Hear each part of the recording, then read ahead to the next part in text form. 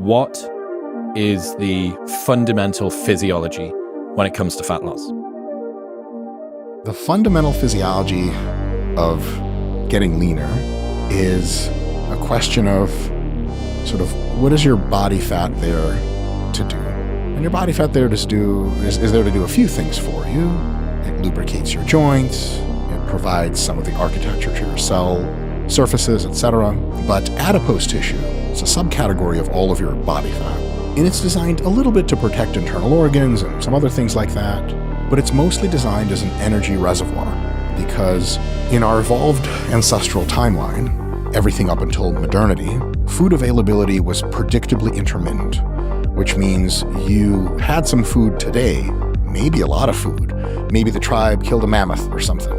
And if you could only eat what was there and then you got full and then you were like, meh, and you kind of buzzed off, then the day after, it's rotting mammoth and you can't eat it anymore. And if you didn't gorge yourself like crazy and have somewhere to put that mammoth stuff, then in the next maybe 2 weeks that you didn't get a lot of food, some fraction of the people with that particular kind of adaptation that wasn't prone to or physiologically, anatomically able to store excess energy away was just going to die.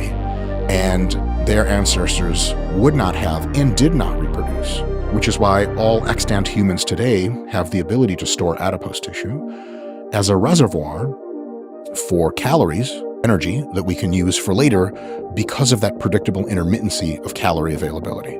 It's curious that we're talking about how to lose fat. Notice we're not talking about how to gain fat because we're really already super good at that. You've got a lot of seminars for people about how to get someone to work harder. How do I improve my diligence? Have you ever been to a laziness seminar? It would be absurd. There's some people need it for sure. You and I probably do. Yes. But for most people, it's like, well, just like that's the default state. So for most people, the ability to gain body fat is default precisely because evolution has designed us to be damn good at that, precisely because we used to be intermittently starving. So when you get a bunch of food in you, it goes to a few places. The first place once the food exits the GI tract that it goes is the bloodstream, broken down into various molecules. Amino acids, which are the subcomponents of proteins, carbohydrates, typically glucose, fructose, as well as various parts of fat. And there's some places for them to go. Some of them just go through the bloodstream and get absorbed by all the various cells of your body. I mean, your brain cells need food, your liver cells need food, every cell needs food. And they just go and are used right in the cell right there. Some of those molecules of food, so to speak, are used to raise your blood sugar enough so that, if you don't have food for the next 15 minutes, you're not just going to drop over dead or something like that. Still another part can go into putting a little bit of fat into your skeletal muscle. Your skeletal muscle inside of itself has a little bit of fat reserve, which is cool. It serves some cool functions. It's not a lot of reserve.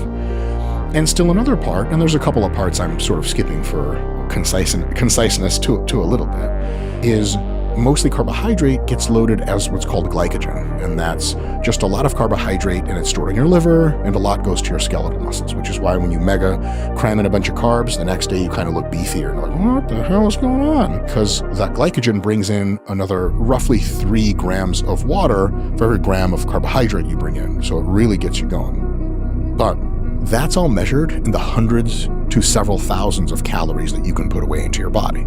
If that's all you were capable of, you'd be unreal lean all the time, and in our ancestral environment, dead in a few days, or emaciated from muscle loss. So once you fill all the calorie needs for the moment, you have to put the calories somewhere else. Once your glycogen stores are relatively full, they don't accept any more food. Your muscles, unfortunately, technically don't act as a reservoir of excess calories or amino acids. Wouldn't that be sweet?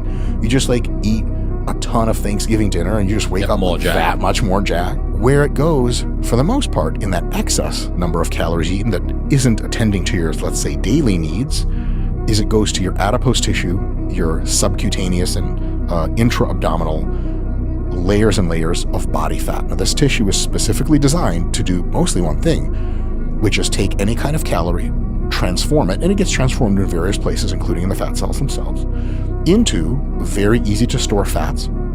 So you can eat proteins. They generally don't get converted to fat super simply, but they can displace other food, and then that food gets converted to fats. Carbs get converted to fats, and fats need only minimal modification for transport and storage. And now everything basically vectors into fat. That fat gets stored into fat cells, and there it chills. It's got metabolic activity, it's got a ton of hormonal activity, but fat stores adipose tissue isn't nearly as metabolically active as most other tissue. It's like a fuel tank, more or less. And there your fat sits. Now, if you keep eating a lot of food over and over, your body's like, man, I know that famine's coming soon, but not today, baby. We're packing it in. And it turns out one of the reasons why humans are able to get unbelievably fat in many cases is because there was really no selective pressure in evolution for a top-end limit of too much fat. How you would evolve that selective pressure is you would have to have humans evolve for at least thousands of years in an insane food abundance environment. And then the people that got cardiovascular disease or were mobile or found unattractive by mates because they were too fat, they would winnow out, and eventually everyone would kind of look like, I don't know, the average Nigerian person who's just stripped to bits for no reason and just got it all, right? So people can get unreal fat because your fat's kind of like a super welcoming giant corporate hotel. People check in and it's like, we got room for you, no problem. More people check in, it's like, hey, build another side of the hotel. It builds another side, and it just keeps going. So the question is, on fat burning, how do we get the guests to check out of the hotel?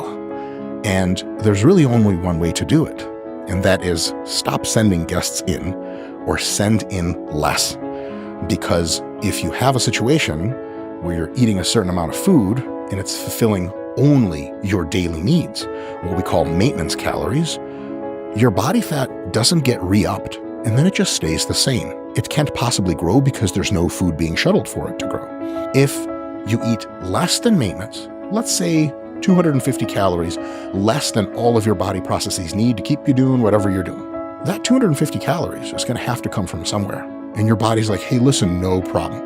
And it goes around, sort of, by analogy, as an index. It's all the board all the board is together, and the CEO is like, all right, nervous system, what are you doing with your calories? Dude, I need to run the whole body. Are you crazy? Like, okay, we're not going to break down the nervous system for calories. That's insane. Muscular system, it's like, dude, I'm doing stuff. Now, we'll get to this later, but if you exercise a lot and you train with weights, the muscle's like, bro, I need all of this. Leave me alone. If you're sedentary and there's nowhere to go for calories, yeah, your muscle can be used for breakdown, but it's not super efficient to do it. It'll go to your organs, stomach, liver, brain, etc. This is important stuff. And then it goes over to body fat. Hey, body fat, what are you up to? Well, nothing at all. Why? What's wrong? You got any calories? What are you doing with them? It's like, nothing. Give it up. And then so your body fat will release calories through various digestible forms of fat into your bloodstream. They will go wherever they're needed. And then that will supply that deficit. It'll fill up that deficit for you. So as measured internally in your body as a whole, you're at maintenance. But for your fat stores, you're at a severe deficit. And over hours and days and weeks and weeks and weeks, the amount of fat you're storing starts to winnow down. Your body's still operating pretty well.